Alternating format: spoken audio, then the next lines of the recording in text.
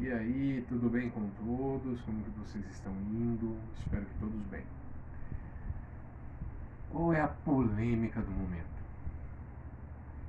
Nesse mundo extremamente globalizado, temos várias polêmicas acontecendo ao mesmo tempo, mundo afora. Só para você ter uma ideia, você tem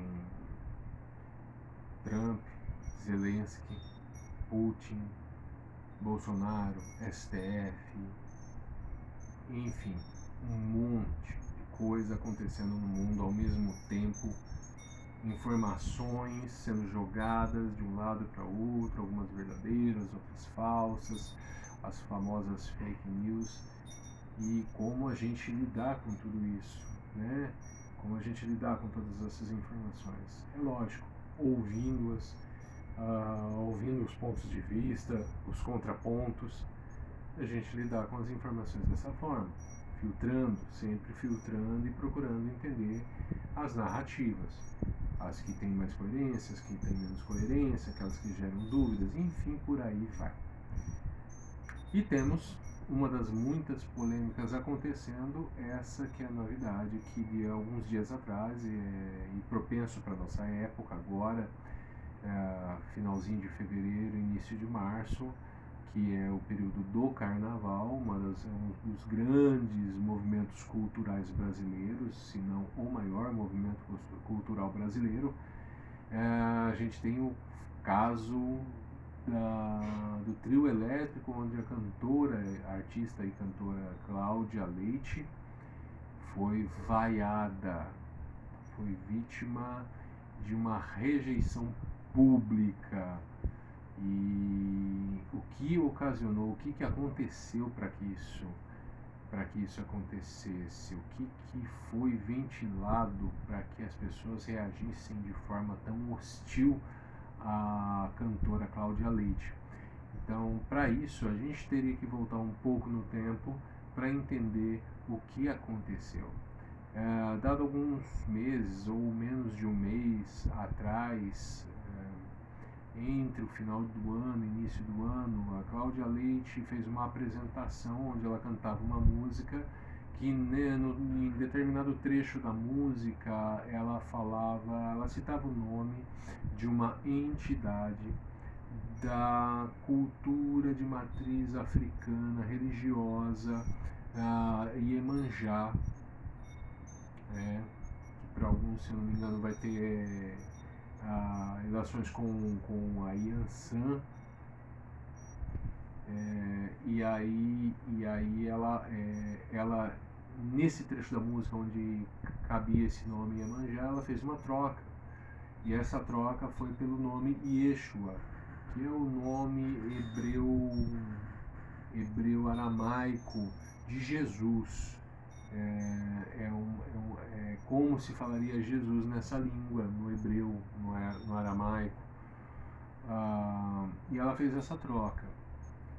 E causou um burburinho, causou pessoas comentando, formadores de opinião, youtubers e por aí vai. Pessoas criticando, outras apoiando, algumas só fazendo uma análise simples. E a ideia que eu gostaria de trazer aqui é uma análise a partir da perspectiva cristã, né, do que a Cláudia Leite fez e o que está acontecendo.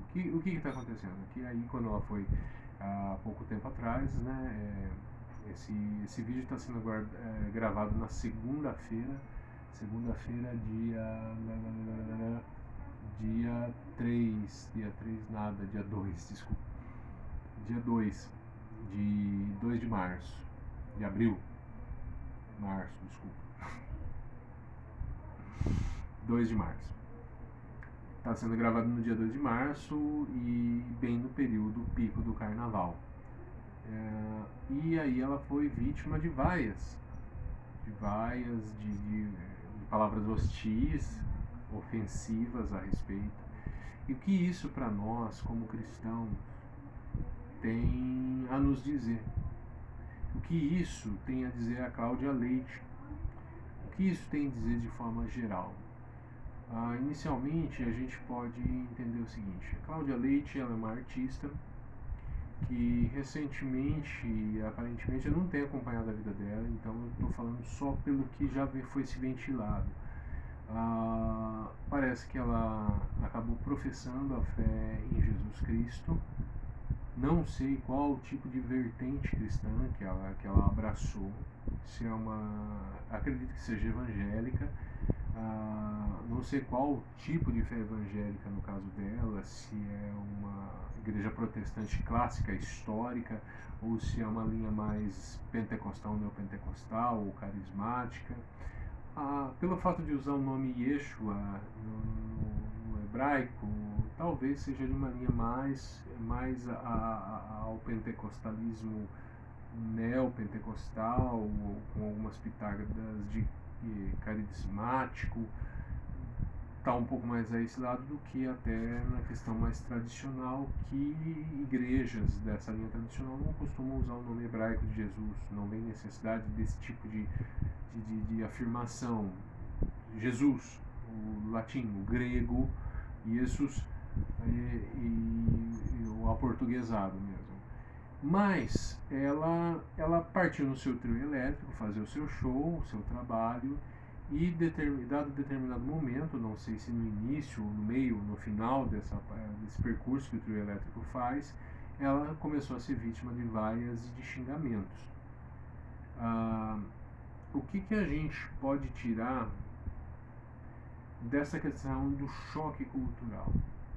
Para ter um pouquinho do pano de fundo, como eu já disse no começo, a Cláudia Leite, ela aparentemente professa agora uma fé cristã, e ela colocou e externou isso de forma legítima. Ela usou uma música na qual ela canta, na qual, segundo, é uma música que foi escrita para ela. Com a concessão dos seus autores, ela fez as mudanças que quis fazer, e a música é uma forma de expressão do artista. Então, independente de que se ele fala Yeshua, Iemanjá, enfim, Beuzebu, enfim, o que ele quiser falar, ele fala, porque aquilo é uma expressão do artista. Independente da sua vertente de fé, ela canta aquilo que ela expressa ou acredita. E por acreditar hoje, por confessar a fé em Cristo, ela achou conveniente fazer esse tipo de afirmação na música. Então, o que temos aqui é uma clara evidência de um choque cultural. Um choque cultural para ela, na sua mudança de visão, né, na sua mudança de cosmovisão, e um choque para as pessoas que estão assistindo aquilo, que de certa forma talvez foram pegas de surpresa e tiveram que entender que a Cláudia Leite não afirma mais aquilo que ela afirmava anteriormente. E nada mais natural que isso. A maioria dos cristãos hoje são pessoas que vinham de outros tipos de fé, que vinham de outros tipos de cosmovisão de vida, não necessariamente outras fés, ateus, pessoas que não tinham nenhuma ligação espiritual muito formada, ou crenças místicas. E teve essa mudança de paradigma. Então, ela professou isso na música. E isso gerou um choque, e esse choque teve uma resposta, que não foi uma resposta assim automaticamente muito agradável. E provavelmente daqui para frente não vai ser respostas tão agradáveis. Dado em que um vídeo as pessoas xingam ela por conta disso. Uma das narrativas que a gente tem dentro desse tipo de acontecimento é a questão de que alguns grupos denunciam um certo apagamento cultural. Esse apagamento cultural ele se dá a partir de que uma cultura dominante destrói a outra, oblitera a outra, e a partir disso essa cultura dominante ela passa a ser hegemônica, que não é o caso do cristianismo.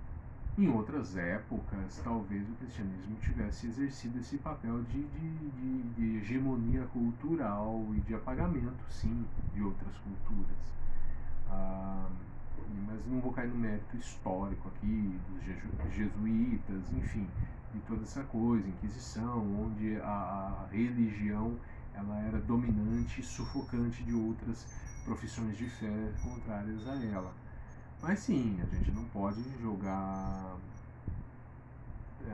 a peneira na frente do sol, enfim, para não dizer que não existe esse tipo de apagamento cultural. Existe sim um apagamento cultural.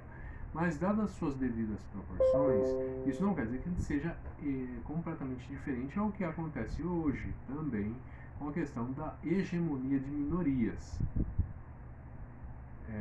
Onde agora as minorias elas tentam apagar toda uma cultura já estabelecida para impor a sua cultura como sendo uma cultura dominante, ou seja, não muito diferente daqueles que eles julgam ser os algozes dele.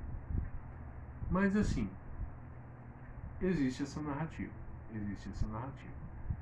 Agora vamos entender o seguinte: para Cláudia Leite ou para qualquer crente novo convertido, que dentro da sua própria realidade, a sua conversão ela vai gerar algum tipo de mudança no seu ambiente social, de trabalho, familiar, não é nada novidade, não é nada novo, uma novidade extraordinária de que em algum momento a sua decisão de fé vai afetar o seu ambiente positivamente ou negativamente. Essa é uma questão de uma nova realidade, uma coisa que a gente vai falar um pouquinho mais à frente também, num outro ponto. Essa nova realidade é o mínimo possível que descrito em Mateus no capítulo 5, né, no início do Sermão da Montanha, no versículo 11, vai dizer que benditos sois vós que são perseguidos por amor ao meu nome. Vão te injuriar, assim como fizeram com os profetas, assim como fizeram com outros que vieram antes de vós. Então, essa é uma reação até que esperada para quem agora professa a fé em Cristo. Isso é muito importante. Essa é a nova realidade da Cláudia Leite. Se ela de fato converteu conscientemente para o cristianismo e se converteu para Cristo, né, se entregou a Cristo, ela automaticamente deve estar pelo menos minimamente consciente de que a vida cristã se baseia também na rejeição do mundo, na rejeição que o mundo vai aplicar sobre ela. Lembrando aquilo que Jesus disse: o mundo não vai ser diferente com vocês do que foi comigo. Se eles me rejeitam, me chamam de pai das moscas, Beelzebul, que dirá de vocês? Então, não é algo extraordinário ou algo altamente, nossa, veja só você. Mas também isso de forma política também mostra que existe um certo apagamento cultural da outra parte que reivindica estar sendo apagada culturalmente. Lembrando só um ponto interessante, que entre o cristianismo e as religiões de matriz africana brasileiras, Umbanda, Candomblé, Quimbanda e outras vertentes que emanam dessas três principais, a existência dessa religião ela só se deu pelo sincretismo entre religiões africanas, de alguns grupos que vieram para o Brasil, de alguns grupos, ligados à Igreja Católica Apostólica Romana, onde há essa sincretização de tradições, e onde acaba criando esses híbridos, que são o Candomblé, a Umbanda, a Quimbanda, que são híbridos de mistura de religiões e crenças místicas, como o Espiritismo, o Catolicismo e essas religiões, como eu disse.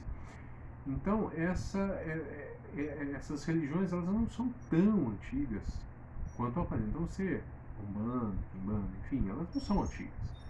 O cristianismo em si tem aproximadamente mais de 2000 anos. Isso contando a partir da sua matriz original, que é o próprio Cristo, pregando a sua igreja. Então, cristianismo, sem contar as divisões, cisma do Oriente, reforma protestante, não. Ela como uma linha contínua até o presente momento. Então, de uma linha contínua até o presente momento, a igreja cristã tem 2000 anos. Ela tem aí mais de 2000 anos. Então, ela é uma religião muito mais antiga. Ela tem a sua hegemonia porque ela tem mais tempo de existência, até mais que, por exemplo, que o islamismo. Ela só não tem mais tempo que o próprio judaísmo, da onde ela nasce. Mas ela existe, ela tem tempo, ela tem história, ela tem trajetória, ela tem estruturas. Então, enfim. E existe essa nova realidade, a qual todos nós como cristãos temos que entender e compreender de que ela faz parte do ser cristão. Então, sermos vaiados em público, sermos tratados com certa belicosidade, faz parte. É lógico que alguns dos motivos dessa belicosidade se dá a alguns porta-vozes do cristianismo, no caso aqui mais específico protestante, que acabam gerando essa animosidade um pouco mais acirrada que o necessário. Mas a Cláudia Leite ela acaba sendo vítima dessa reação hostil e que isso tem a ver conosco como um todo. Você pode até pensar assim, de certa forma, pensar que, pô, mas o que a Cláudia Leite estava fazendo lá na festa, num local como aquele? É o trabalho dela, é o trabalho dela. Talvez ela seja uma nova convertida, ela esteja num processo de compreensão das estruturas cristãs, de como o cristão lidar com a cultura, lidar com o seu meio, lidar com a sua sociedade. Ela deve estar nessa fase ainda desse crescimento. Mas, ao mesmo tempo, a gente precisa entender que algumas coisas elas vão vir com o tempo. A maturidade da fé ela vem com o tempo. Isso também serve para a Cláudia Leite, talvez aqui comentando sobre ela, uma chave para a autoanálise, em que ela agora, colocando como uma pessoa pública e professando a sua fé de forma pública, ela vai estar sujeita a certas limitações de espaço quanto ao professar a sua fé. Então talvez futuramente ela compreenda que talvez o que ela faz hoje não vai contextualizar mais com aquilo que ela acredita. Não que cantar, que ter uma vida secular musical seja o problema em si. Não, não é a questão do problema em si, mas de como e que grupo o que ela produz atinge, porque ela está num ambiente que automaticamente as pessoas não estão lá para prestar atenção na letra dela, entender se ela fala Yeshua com uma entonação mais hebraica ou mais aramaica, ou se o que ela vai falar condiz e tem conexão com o texto bíblico. As pessoas estão lá, a festa de carnaval em si, as pessoas estão lá para cometerem excessos,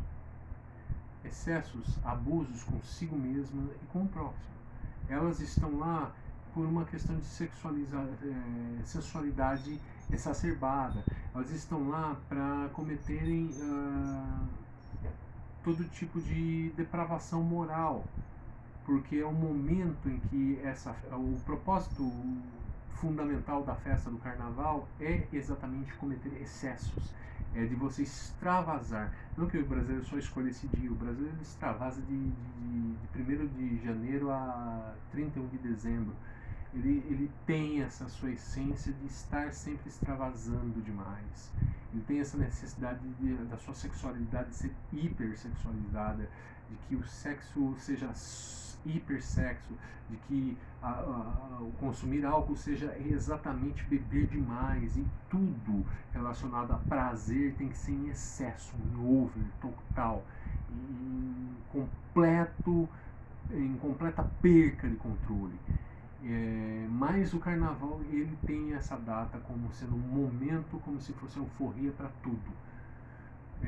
E não é à toa que os altos índices de acidentes nas estradas por embriaguez, estupros, enfim, sexualização infantil, enfim, é onde realmente é o nosso Hell é o nosso inferno a céu aberto no Brasil. E a Cláudia Leite, ela traz um contexto puro e santo para um ambiente assim destruído, onde as pessoas não estão prestando atenção nisso. Mas então as pessoas começaram a xingar ela. E isso está ligado aqui, lógico, obviamente que isso está ligado a grupos políticos que se infiltram no meio e criam essa aglomeração, essa amotinação contra ela. É uma questão de grupos políticos. E o que me incomoda muito nisso tudo é que ver que pessoas, colegas de trabalho dela, não se manifestam. Até o presente momento não vi nenhum tipo de manifesto de colegas, como Ivete Sangalo, como Daniela Mercury, enfim, como artistas desse mesmo grupo, eles não se manifestam em defesa dela, pelo menos para dizer, ela tem direito, ela é uma pessoa adulta, autônoma, e ela tem o direito de professar aquilo que ela acredita. Ela não está prejudicando ninguém, ela só está externando aquilo no qual ela acredita, no qual ela busca agora atualmente embasamento. Isso deve ser conveniente para eles não se manifestarem, porque é também bater de frente com o grupo que enche o bolso deles de dinheiro.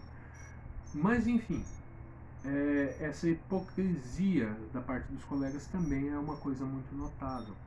Mas para nós, como senso de realidade, como autoanálise, como senso geográfico e entendimento de missão, temos que entender que a partir do momento que recebemos a Cristo e confessamos Ele, essa é a nossa missão, falar sobre Cristo, independente do lugar, independente do momento e da hora.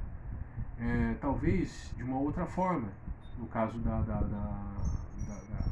Cláudia Leite, de uma outra forma ela trabalhe isso, talvez daqui para frente, ela entender que isso vai afetar ela economicamente também, socialmente, isso afeta. Cristo, quando ele traz as verdades do reino de Deus diante aos fariseus e aos pecadores e à sociedade judaica da sua época, ele traz efeitos sociais que realmente acabam afetando e acabam culminando no seu crucificamento também. Ele veio para dar a vida, mas a partir da pregação é onde vai se viabilizando as coisas acontecerem. E a pregação ela acaba afetando o meio social de onde essa ferramenta ela é empregada. Alguns podem até pensar assim, mas ela está fazendo o mesmo que Paulo fez em Atenas. Existe uma grande diferença entre Paulo pregando em locais públicos e o que a Cláudia Leite fez. O que a Cláudia Leite fez é ainda, eu acredito que é um ato ainda um pouco inocente da parte dela, achando que estar no trio elétrico, cantando as suas músicas e fazendo ligações a Jesus Cristo, vai trazer uma certa comoção, igual a Baby do Brasil, a Baby Consuelo, que hoje também está mais fora do que dentro, está falando, batendo pino fora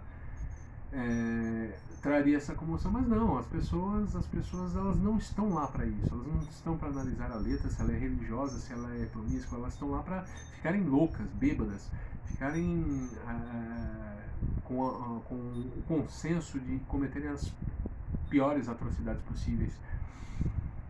Mas talvez de uma certa ingenuidade ela esteve lá para trazer isso e achar que isso seria bom, mas ela esqueceu que hoje as pessoas elas estão muito mais alguns grupos estão muito mais atentos com formadores de opinião que acabam aderindo ao cristianismo, e isso é muito ruim para a propaganda anticristã deles.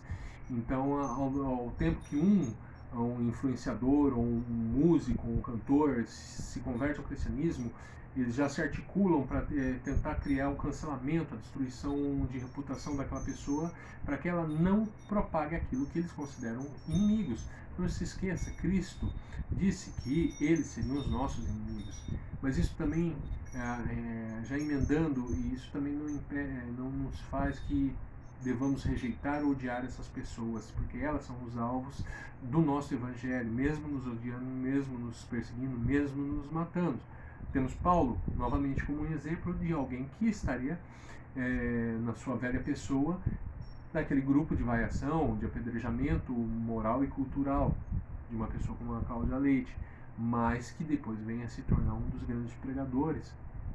Todos nós, antes de nos convertermos, para quem não nasceu em berço evangélico, não estou dizendo que nascer em berço evangélico já é salvo por natureza, mas nós que viemos de um contexto cultural e moral outro, éramos inimigos de Deus e, em alguns aspectos, odiávamos esse tipo de cristianismo. Então, tentar linkar Paulo na praça pública Atenas ou em qualquer outro lugar com o que a Cláudia Leite fez é um pouco não é anacrônico, mas é um pouco descontextualizado. Mas a ideia é que devemos sim manifestar a nossa fé pública em público, não somente na nossa igreja, mas em todo lugar. E uma coisa que a Cláudia Leite precisa saber dentro dessa questão da sua nova realidade é que, sendo nova criatura, talvez haverá necessidade de ela abandonar algumas práticas, algumas coisas que estão ligadas à sua classe artística. Enfim, eu volto a dizer, não estou dizendo que seria errado continuar sendo cantora e continuar. Não é o problema isso, mas talvez começar a repensar a sua maneira de expressar a sua arte. Não estou falando para ela virar cantora gospel também, mas de uma maneira que ela possa expressar a sua arte sem que seja isso um fio condutor do que hoje a música dela é colocada. O trio elétrico, o carnaval, a bebedeira, os excessos. Desvincular desse tipo de coisa, desse tipo de cultura destrutiva. Mas isso não é só com ela, é com todos nós que professamos a fé em Cristo Jesus. Temos que estar cientes e conscientes de que a partir do momento que professamos de forma pública a nossa fé em Cristo, estamos sujeitos à rejeição do mundo, porque o mundo rejeitou a Cristo e automaticamente vai rejeitar os que em Cristo estão.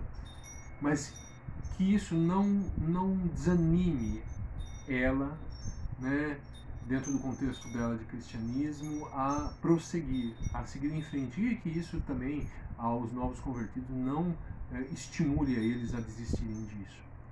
Eu acho que isso faz parte. Seremos perseguidos, seremos vaiados, seremos reduzidos, chacoteados, não chicoteados, mas talvez até chicoteados.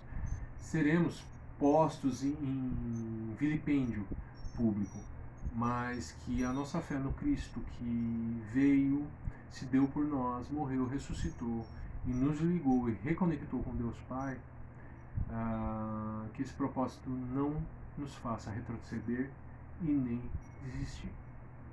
Espero que esse vídeo tenha ajudado. Eu sou o Thomas e espero que você tenha gostado. Qualquer coisa, deixe seus comentários aí. Estou disposto a lê-los e até, se possível, respondê-los. Enquanto isso, até o próximo vídeo.